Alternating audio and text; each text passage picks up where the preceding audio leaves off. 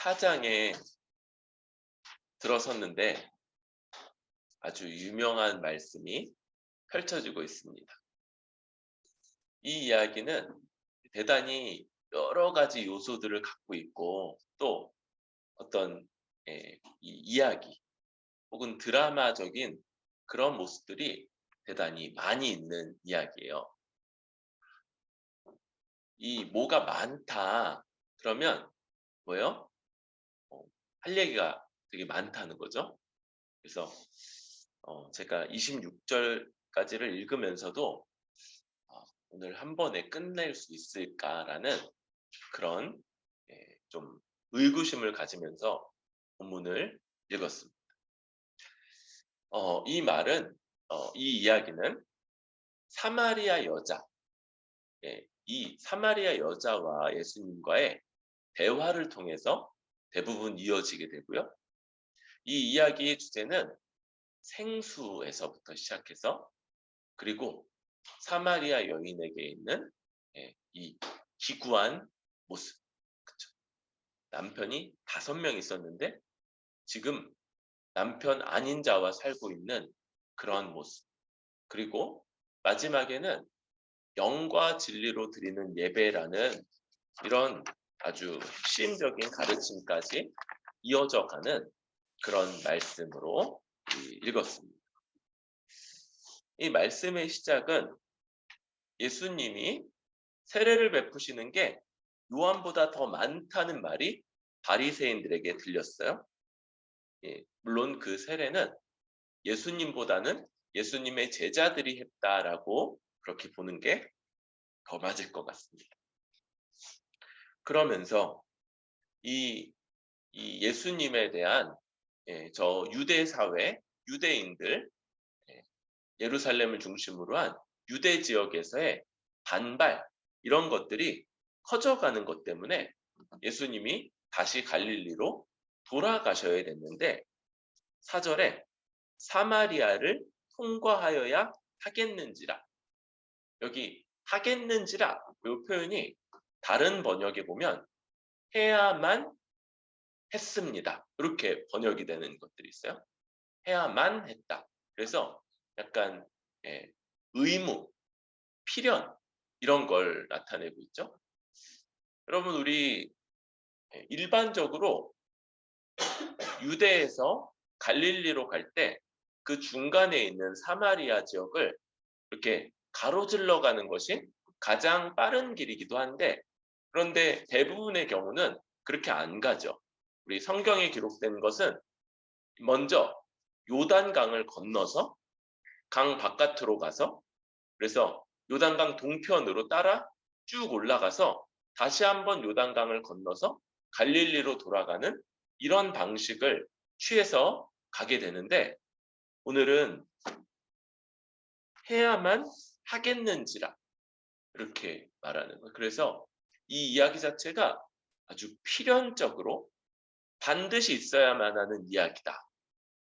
그게 어떤 사정 예수님이 급해서 급히 가로질러 가는 것보다는 이 사마리아 여인과의 대화와 가르침이 그토록 하나님의 계획 속에 딱 놓여 있는 사건이다라고 볼 수 있는 거죠. 그렇게 해서 사마리아를 통과하여 가다가 이제 수가라 하는 동네에 이르렀고 야곱이 그 아들 요셉에게 준 땅이 가까웠다 이렇게 말해요. 요 지역은 대부분 에브라임 지파에게 속한 지역이에요. 요셉이 그 지파 이름 중에 요셉 있어요, 없어요? 없죠. 요셉 지파라고 없죠. 왜? 야곱의 12아들들이 다 지파의 이름이 됐는데 왜 요셉의 이름이 없냐면 야곱이 요셉에게 두 몫을 주죠. 두 몫. 그래서 어떻게 두 몫을 주냐면 요셉이 낳은 아들이 둘이 있었는데 므낫세와 에브라임.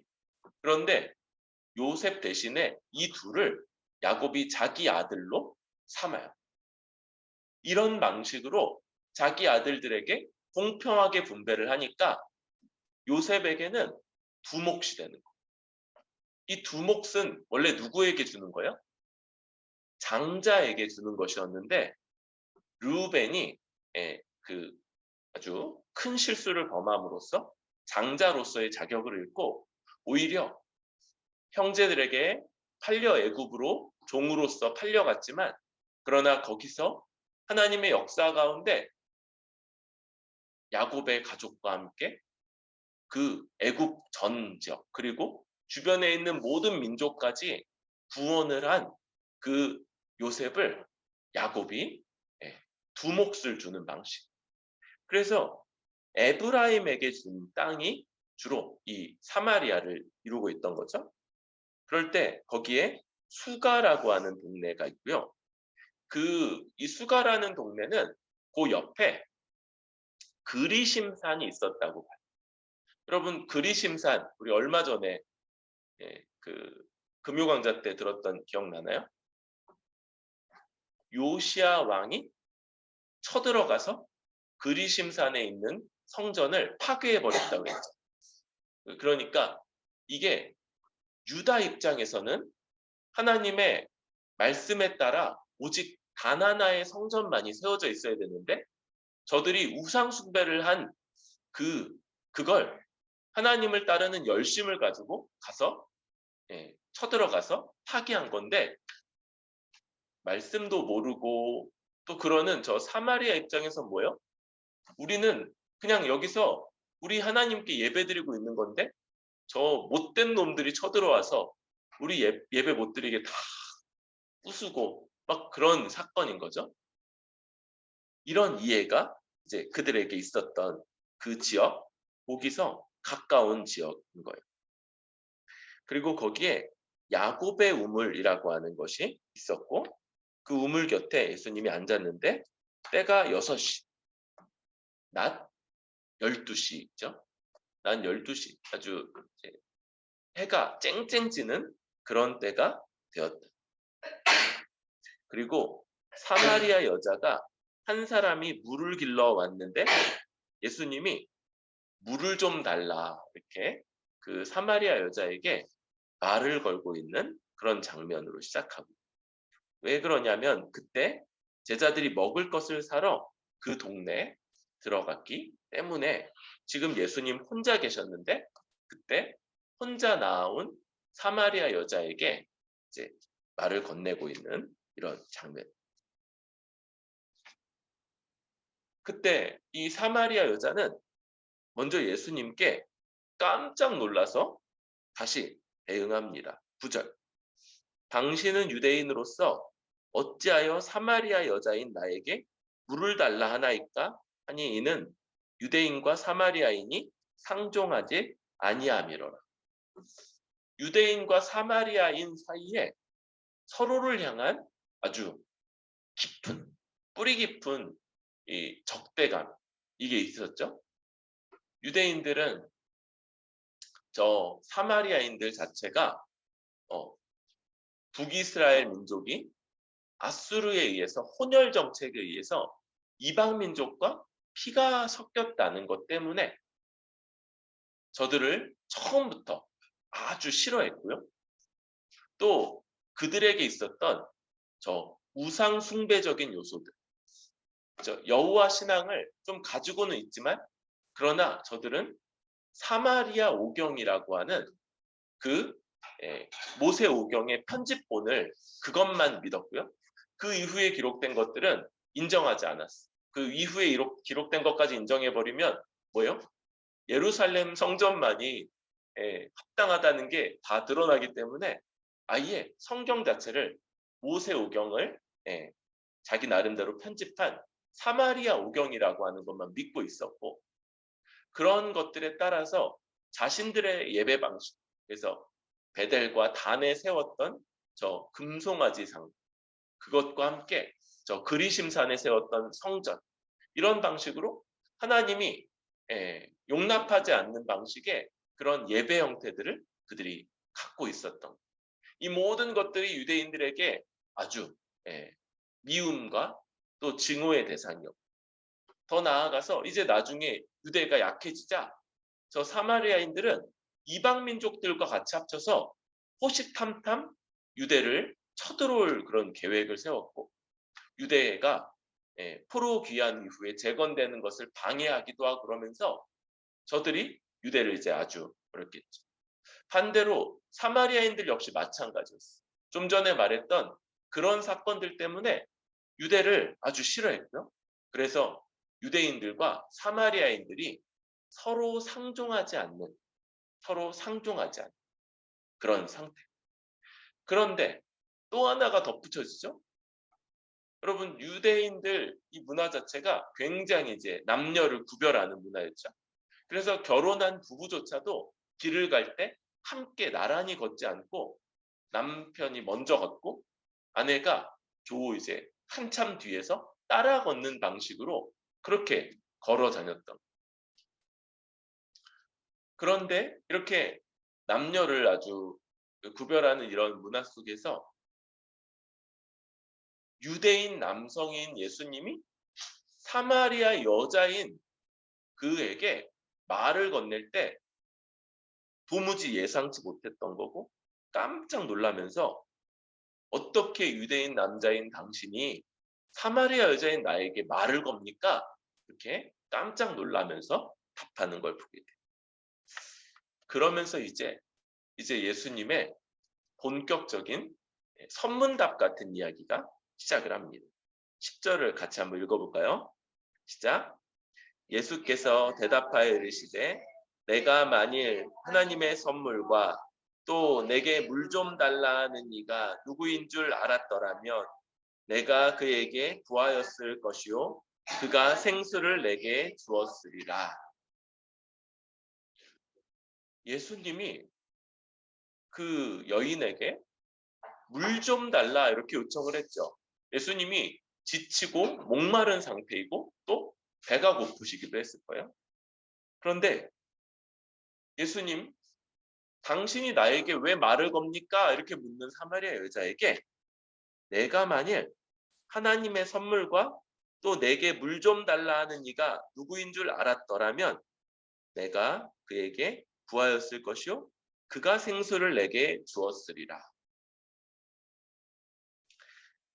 이런 말씀을 할 때 여러분 하나님의 선물과 또 내게 물 좀 달라 하는 이가 누구인 줄을 알았더라면 이렇게 표현될 때 하나님의 선물은 뭘까? 그렇죠? 이 본문에서 힌트가 별로 없는 것 같죠? 그런데 그 다음에 나오는 내게 물 좀 달라 하는 이가 누구인 줄 알았더라. 그러니까 예수님이 누구신 줄을 아는 것. 그 예수님이 어떤 분이신가를 아는 것이 하나님의 선물과 아주 깊이 관련되어 있다는 걸 생각을 할 수 있고, 또 그때 그가 그에게 구하면 그가 주는 것 뭐예요? 생수죠. 생수. 이 생수가 하나님의 선물과도 깊이 관련되어 있다. 이렇게 말할 수 있을 거예요. 그럴 때 여러분 지금 예수님이 여인에게 구했던 것은 물이었는데 지금 여기는 생수지. 생수 뭡니까? 끓이지 않은 물. 그래서 그 안에 미생물이 다 살아있는 그런 신선한 물이 아니고 생명의 물이죠. 생명의 물. 그래서 이 예수님께 구하면 예수님이 주시는 것이며 또한 하나님의 선물인 이것은 생명 주는 물, 곧 생명으로 우리 생각할 수 있을 거예요. 이 척박한 세상에서, 척박한 사회에서 가장 부족한 것, 그렇죠? 우리에게 있어서 가장 부족한 것들이 생명하고 연결되는 걸 많이 보게 돼요. 아주 추운 지역 같은 데서는 몸을 따뜻하게 유지하는 것, 그럴 수 있는 옷이나 땔감이나 그렇게 잘 방한할 수 있는 그런 집 같은 것이 생명하고 많이 연결이 되겠죠. 또 먹을 것이 없는 기근, 이때는 먹을 것이 생명을 가져올 거예요. 그런데 기본적으로 이 성경이 쓰여진 저 가나안 땅, 저 주변은 아주 건조하고 척박한 지대인 거예요. 그래서 그곳에서 생명은 곧 물을 어디서 구하느냐, 물을 어떻게 공급하여서 그것으로 목을 축이며 또 농경, 그래서 농사를 지으며 어떻게 그것들로 우리 지금 방목하고 있는 양떼들을 마음껏 마시게 할 거냐, 이런 문제가 이 지역에서 굉장히 중요한 것이고, 그래서 가장 이 부족할 수 있는 요소, 그것이 바로 물이고, 이 물이 생명을 나타내는 그런 이미지로 많이 사용이 됩니다. 그래서 여러분, 우리는 이제 생명을 주는 물, 그럴 때 이 생명이 하나님의 선물이라는 걸 생각할 수 있죠. 여러분, 하나님은 생명을 선물로 주시는 분입니다. 이것은 창조 때부터 나타났죠.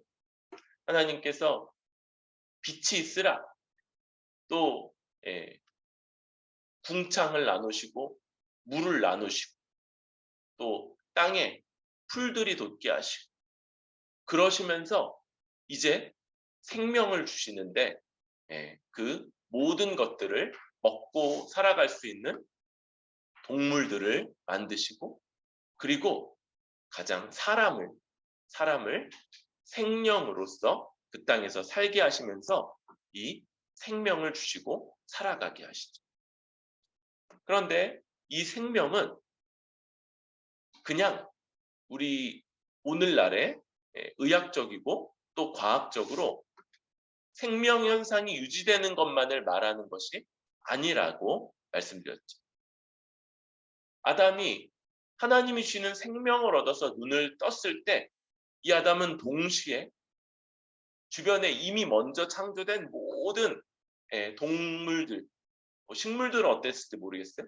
모든 동물들로부터 경배를 받고 또 존경을 받고, 눈만 떴을 뿐인데, 나는 그냥 숨쉬기 시작했을 뿐인데도 모든 동물들이 대단합니다. 어우, 어떻게 이렇게 훌륭하세요? 아담님, 아담님 대단합니다. 막 그러면서 아담을 존경하고 막 그러는 거. 아담을 너무 좋아하고 그러는 거.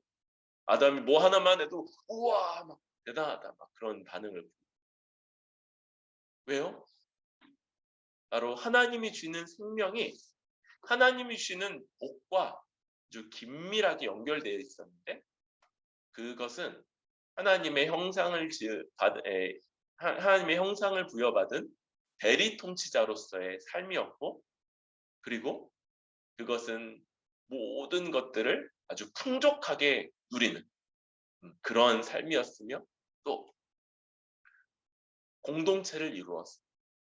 돕는 배필과 함께 공동체를 이루어서 살아가는 그런 부족함이 없는 삶이었던 것.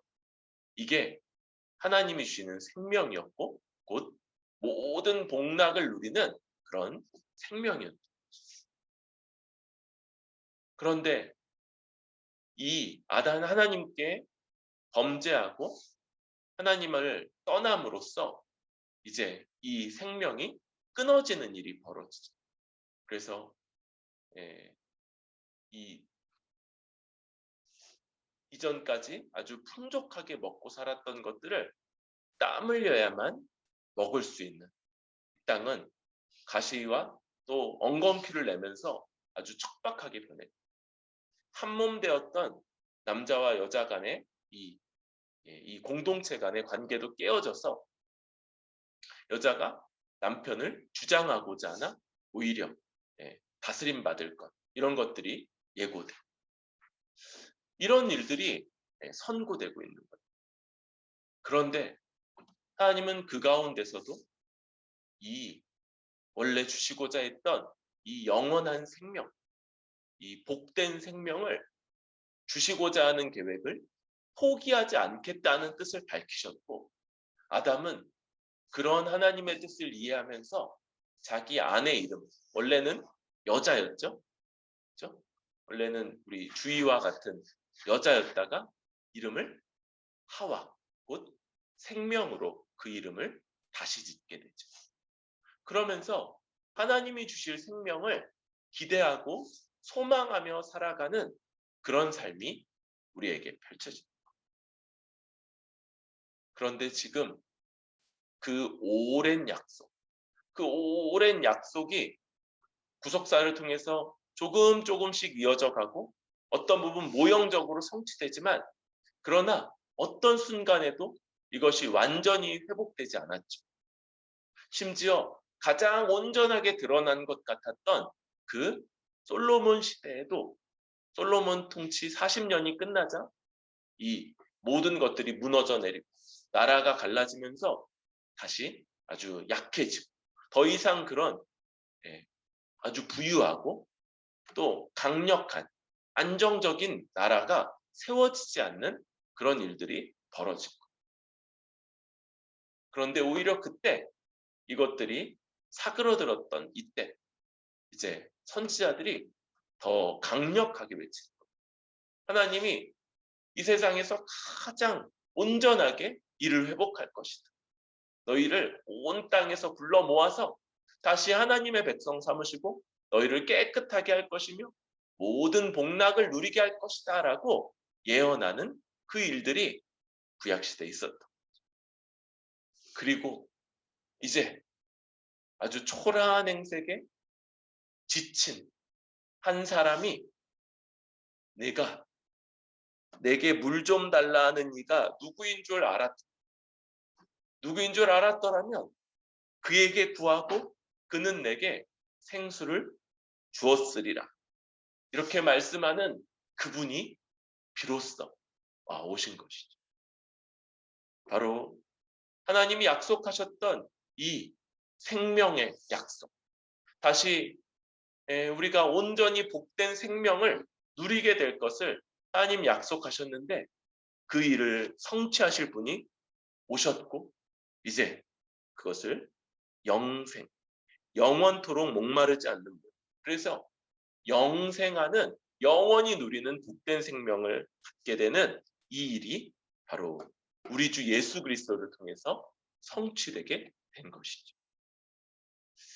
여러분, 우리가 바로 우리 주님, 우리는 하나님의 선물이 하나님이 창조하시기 전부터 계획하셨고 창조를 통해 주셨으며 잠시 범죄함으로 인해서 잠시 유보됐지만 계속해서 주시겠다고 약속하고 또 그걸 점진적으로 이루어 오셨으며 바로 우리 주 예수 그리스도와 그분의 십자가 사역을 통해서 우리에게 딱 주신 이것, 바로 이것이 하나님의 선물로서의 복된 생명, 영원한 생명이라는 것을 분명하게 알고 고백합니다.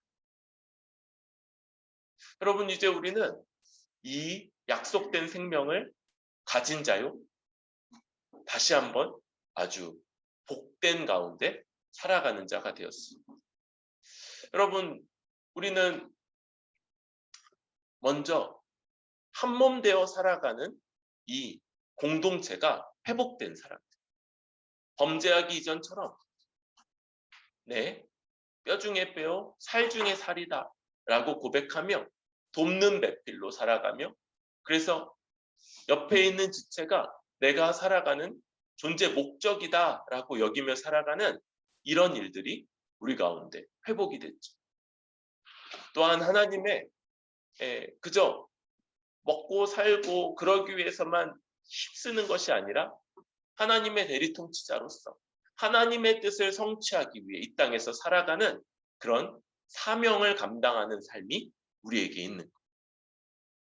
또 뭐가 있습니까? 하나님이 은혜로 주시며 또 부족한 것들을 지체들을 통해서 채우심으로써 우리가 이 땅에서 하나님이 채워주시기 때문에 만족할 수 있는 삶이 다시 회복되는 것. 이것이 우리가 누리는 생명이요, 복된 삶이며 지금 우리가 누리기 시작하는 거예요. 그런데 아직은 맛보는 정도에 그칠 수 있어. 아직은 이게 완벽하지 않아. 그러나 이 맛봄이 이제 언젠가 얼마 남지 않았죠. 주님 오시면 이제 무제한적으로 완전하게 펼쳐질 것을 우리가 알고 소망하는. 그래서 뭐 합니까? 마라나타. 주 예수여 어서 오시옵소서. 이렇게 기대하면서 살아갈 수 있는 건 지금 우리가 우리 주 예수 그리스도를 알고 이제 그분께 구함으로, 그분께만 구함으로 이 생명을 얻은 자들이기 때문인 것이죠. 우리에게 있는 이 복된 영원한 생명을 우리 하나님 앞에서 분명하게 붙잡고 또 이것이 우리에게 어떻게 드러나는지를 분명하게 알고 기뻐하고 또 감사할 수 있는 우리들 되기를 바랍니다. 그러면서 여자와의 이야기가 이어지죠. 이 여자가 아주 의아해하면서 말해요. 주여, 물기를 그릇도 없고 이 우물은 깊은데 어디서 당신이 그 생수를 얻겠사옵나이까? 우리 조상 야곱이 이 우물을 우리에게 주셨고 또 여기서 자기와 자기의 아들들과 짐승이 다 마셨는데 당신이 야곱보다 더 크니까? 이렇게 두 가지를 묻죠. 어떻게 이 우물에서 생수를 얻습니까? 이거야 하나. 그래서 이 우물이 이렇게 보통 밑으로 파고 땅을 깊게 파야지 나오니까 아래로 이제 지대가 낮았고 거기서도 이제 더 깊이 뭘 이제 그릇 같은 걸 내려서 떠서 올렸던 것 같아요. 우리 리브가 때 기억나나요? 리브가 저 물일톤, 그죠? 물일톤 그것도 저 밑에서 길러서 그거를 들고 올라와서 낙타들에게 먹였던 아주 튼튼한 여인 리브가. 마찬가지로 그렇게 되게 낮은 데 있는. 근데 아무런 물기를 그릇도 도구도 없는데 당신이 어떻게 그렇게 합니까? 또 하나, 이 우물 우리에게 야곱이 파서 줬다는 거예요. 그런데 야곱이 이 우물을 주어서 자기와 아들들과 짐승이 다 마셨는데 당신이 야곱보다 더 큽니까? 의미심장한 질문이죠. 이 사마리아인들 역시도 자신들의 어떤 정통성을 위해서 야곱이라고 하는 그 실제로 그랬는지 이 본문에서는 잘 나타나지 않죠. 야곱이 팠다는 어떤 우물의 그런 기원, 그리고 그걸 여기 우리에게 주셨다. 이런 것들로 자신들의 정통성을 지켜가고자 하는 그런 이야기들을 만들었던 거예요. 근데 당신이 야곱보다 더 큽니까? 여러분 딱 이때 뭐가 생각나요? 야곱이 야복강 나루에서 그 어떤 사람을 만나서 밤새워 씨름했던 그 장면. 그리고 이름이 이스라엘로 바뀌는 것이죠. 이스라엘. 그래서 참된 이스라엘. 야곱이 이스라엘이라는 이름을 처음으로 얻게 됐는데 그 야곱보다 더 크니. 그래서 이제 그가 물려준 그 이스라엘이라는 이름보다 더 온전한 참된 이스라엘이라는 이름을 물려줄 사람. 이런 인물로 지금 예수님이 그려지고 있는 거죠. 그런데 13절 예수님이 내가 주는 물은 이 생수가 아니다 이렇게 얘기하죠. 이 우물물이 아니다.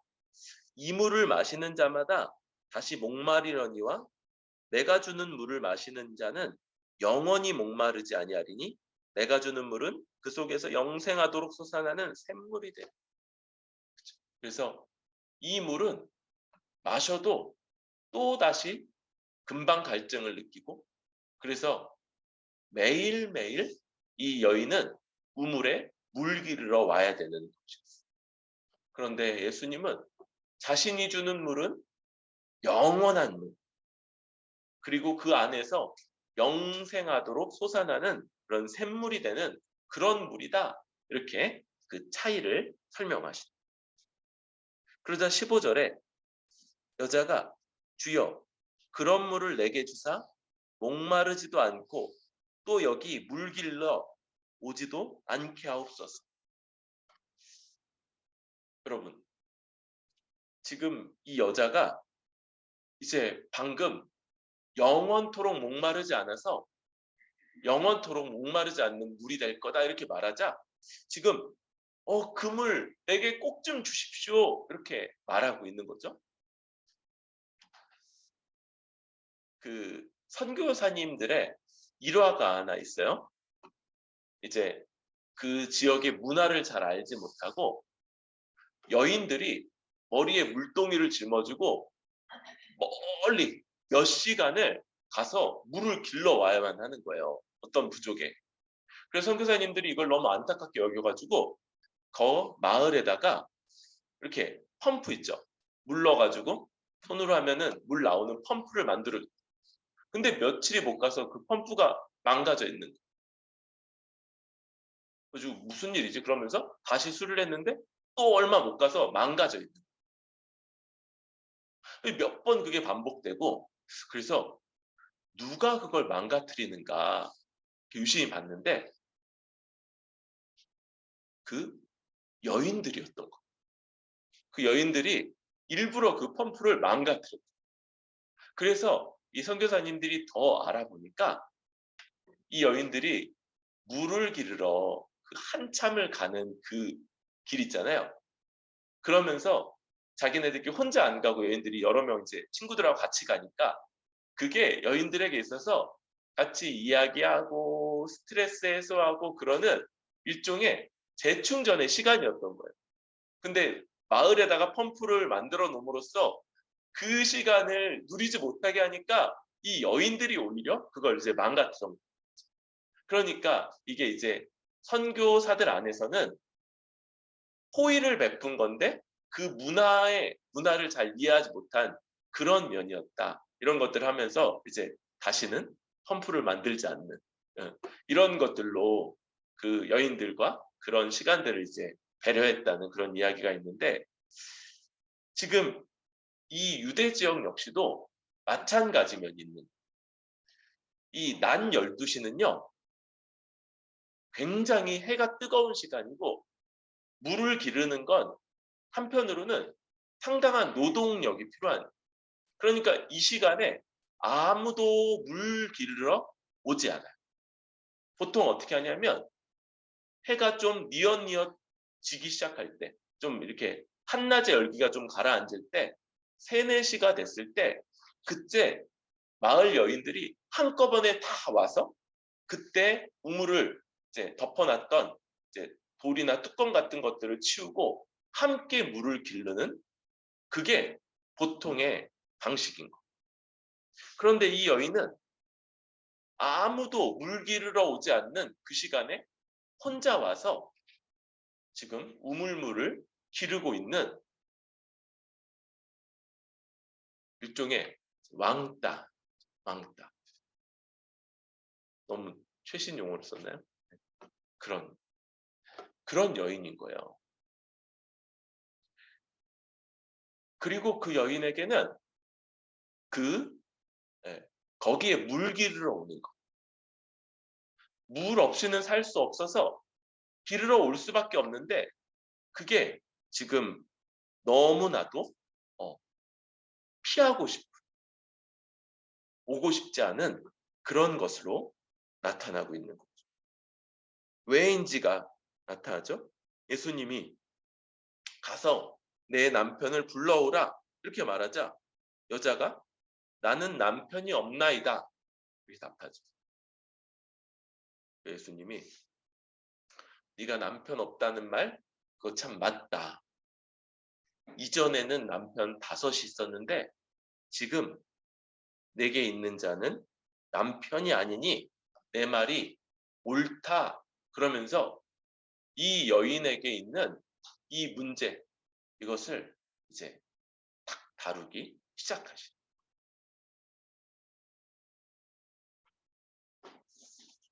여러분, 하나님이 우리에게 이 영원한 생명, 복된 생명을 누리게 하는데, 누리게 하시는데 그 한 지점은 그것을 누리지 못하게 하는 요소들, 복된 생명을 저해하고 있는 요소들을 다루어 가시는 것이라고 할 수 있습니다. 여러분, 이 사마리아 그리고 이렇게 혼란한 시대 여성들이 이렇게 대단히 쉽지 않은 삶을 살았을 거예요. 남편이 5이나 있었다 할 때 어떤 사람은 일찍 사별했을 수 있고 어떤 경우에는 이제 버림받았을 수 있죠. 그런데 우리 알다시피 남편 없이는 살아갈 수 없는 그런 시대예요. 그러니까 어떻게든 남편을 얻어서 살아가는데 그 과정에서 지금 이 여인은 정당하지 않은, 그러니까 자기 남편으로 삼을 수 없는 남자하고 같이 살고 있는 거고, 지금 이 이야기의 흐름 속에서 그게 마을에 있는 모든 여인들에게도 지탄의 대상이 됐던 거예요. 그러니까 그 여인들 3이나 4이나 함께 모여서 그 우물물을 뜨는 그 일뿐만 아니라 거기서 우리 그 마을 여인들이 함께 모였으면 이야기가 막 홍수같이 그렇게 됐을 거라는 걸 알고 있죠. 모든 정보와 모든 이야기와 모든 뒷이야기들이 다 나눠지는 그 자리에 도무지 함께 할 수 없는 여자. 어떤 부분에서는 그 시대와 또 그 상황과 함께, 어떤 부분에서는 이제 자신이 택한 선택으로 인해서 유대인들이 저 개들이라고 조롱했던 그 사마리아 마을 사람들에게조차 그들 가운데 들어갈 수 없고 낄 수 없는 그런 여인인 것이죠. 여러분, 이 여인에게는 이 물뜨는 것, 이게 가장 곤욕스러운 일이었다. 매일 해야만 하고, 그런데 도무지 여인들이 모이는 그 자리에는 얼굴을 들고 갈 수 없고, 그래서 아무도 물뜨지 않는 그 시간을 일부러 골라서 나와서 혼자 물떠가는 이 여인. 여러분, 우리 하나님께서 영생을 다루어 가실 때 우리에게 이런 부분들, 영생을 저해하는 요소들을 다루고 해결하신다는 걸 기억할 수 있기를 바랍니다. 여러분, 우리에게 어쩌면 우리의 삶 전체는 이것들을 다루어내는 시간이라고 할 수 있습니다. 이 땅에서 우리에게 하나님이 복되고 영원한 생명을 주시는데 왜 그것을 당장 완전하게 누리지 않는가, 누리도록 하시지 않고 한편으로는 맛보지만 또 다른 한편으로는 여전히 척박하고 또 여전히 애써야 되면서, 그러면서도 존경받고 또 경배받지 못하고 거기서 때로는 이제 조롱받고 또 어리석다 보여지고 또 완전히 어디서나 한몸된 공동체, 안전한 공동체를 이루지 못하고 모나고 또 갈등하면서 살아가는지, 하나님이 우리에게 우리 복잡하다 다단한 삶 속에서 우리의 죄와 또 과거의 어떤 경험들, 이런 것들을 다루어 가게 하신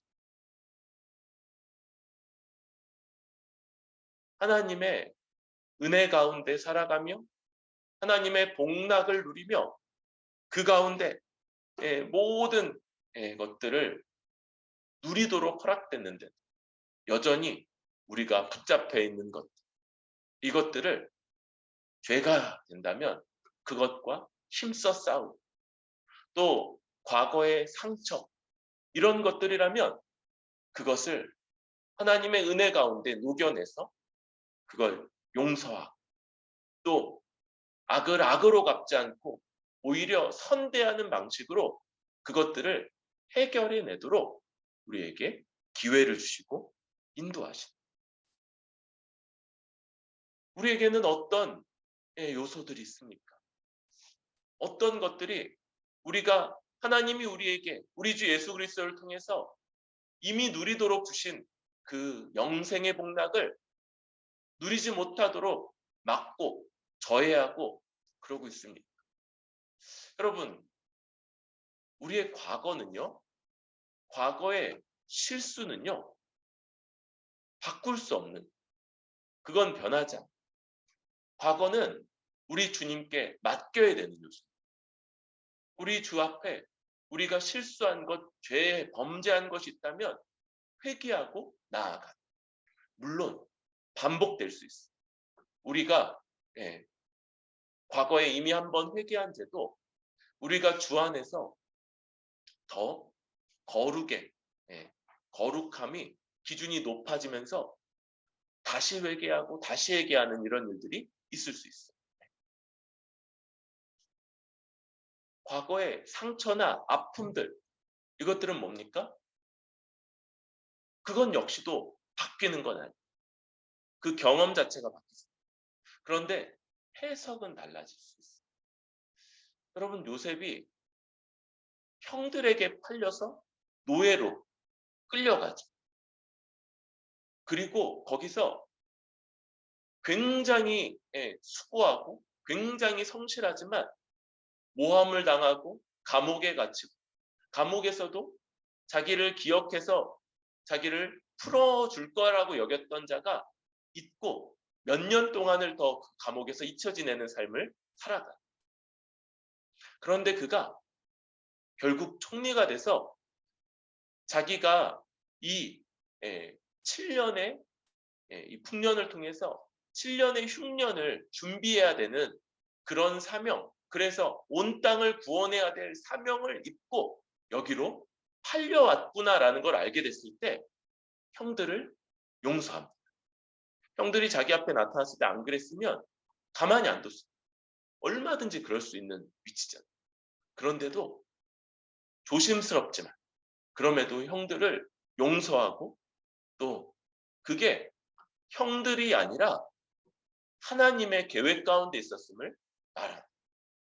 여러분, 우리의 과거의 아픔이나 상처들도 그것이 하나님의 더 큰 계획 가운데 있었던 것임을 우리가 인정하고 은혜 가운데 있었던 계획이라는 걸 고백할 수 있을 때 우리는 그것들이 더 이상 우리가 생명 누리는 것을 저해하지 않는다는 걸 알 수 있습니다.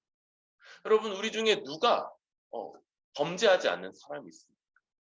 하나님 앞에 회개하고 주께 맡기고, 그래서 이제는 그 죄와 싸워가는 것, 이게 우리에게 맡겨진 일. 우리 가운데 어떤 사람이 아무런 아픔이나 상처나 이런 것 없이 살아가는 사람이 있어요. 누구는 좀 크고 누구는 좀 작지만 다 자기 상처는 다 큰 거예요. 다 힘들고 다 어려워. 그런데 실수하지 않으시고 선한 그 하나님이 우리를 붙들고 인도하신다는 걸 우리가 그걸 은혜 가운데 고백할 수 있을 때, 그리고 그와 같은 상황에서 한편으로는 웃을 수 있고 한편으로는 그런 사람들을 내가 과거부터 쌓아왔던 이 복수심으로 똑같이 대하는 것이 아니라 그들을 선대할 수 있을 때 우리가 정말 하나님이 우리에게 주시는 이 복락을 이런 상황들을 통해서 더 온전히 누려가는 자로 하나님이 우리에게 주신 이 기회들을 사용하고 있다고 볼 수 있을 겁니다. 주님이 이 사마리아 여자를 만나면서 결국 이 여자에게 내 남편을 데려오라 말씀하시고 그 여인에게 가장 그 여인이 그에게 그의 인생에서 해결할 수 없었던 요소, 바로 그 요소를 지금 주님이 탁 대면하면서 영생과 또 예배로 나아가는 것들을 볼 때 우리가 이 문제가 우리의 하나님이 주시는 이 복된 생명을 누리는 것에 있어서, 그래서 하나님 앞에 온전히 영과 진리로 예배하는 것에 있어서 또 아주 중요한 한 부분이 될 거다라는 걸 볼 수 있겠습니다. 네, 우리 나머지 한 요소는 이제 다음 주에 좀 더 요거는 한 시간을 드릴 만한 그런 가치가 있는 그런 부분이기 때문에 예상했던 대로 다음 주에 이 마지막 부분을 더 살피면서 우리 깊이 은혜를 나눌 수 있으면 좋겠습니다.